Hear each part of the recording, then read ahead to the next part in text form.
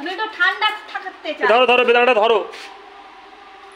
এ কানে কি শুনতে পাস না বলছি না বেদানাটা ফালাই দিলে? হ্যাঁ কিছু বাংলা কথা বুঝিস না না কি রে? কি হয়েছে তোমার বলো তো শুনি।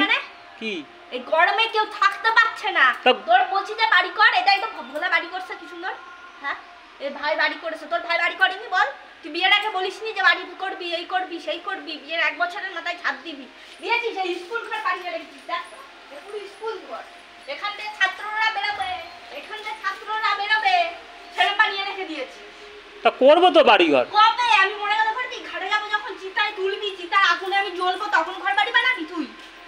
হ্যাঁ আমি চিতায় উঠলে বাড়ি ঘর বানাবি? পয়সাটা উঠুক, ওটার পরে তো বাড়ি ঘর বলছি তো সঙ্গে সঙ্গে হয়। পয়সা কবে উঠবে কবে? তাই বলে তুমি আমার বেদানাটা ফালাই দিলে? এইভাবে আনলাম বেদানাটা।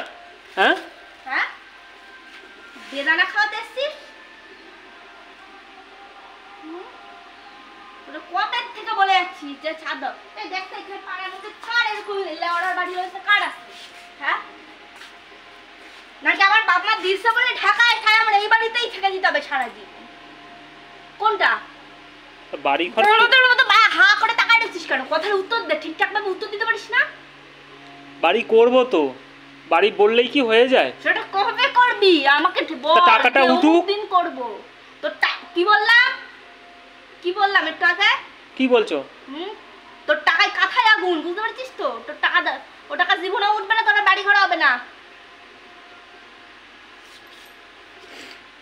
দেখ মুখের দিকে তাকায় রয়েছে একদম, দেখলে আমার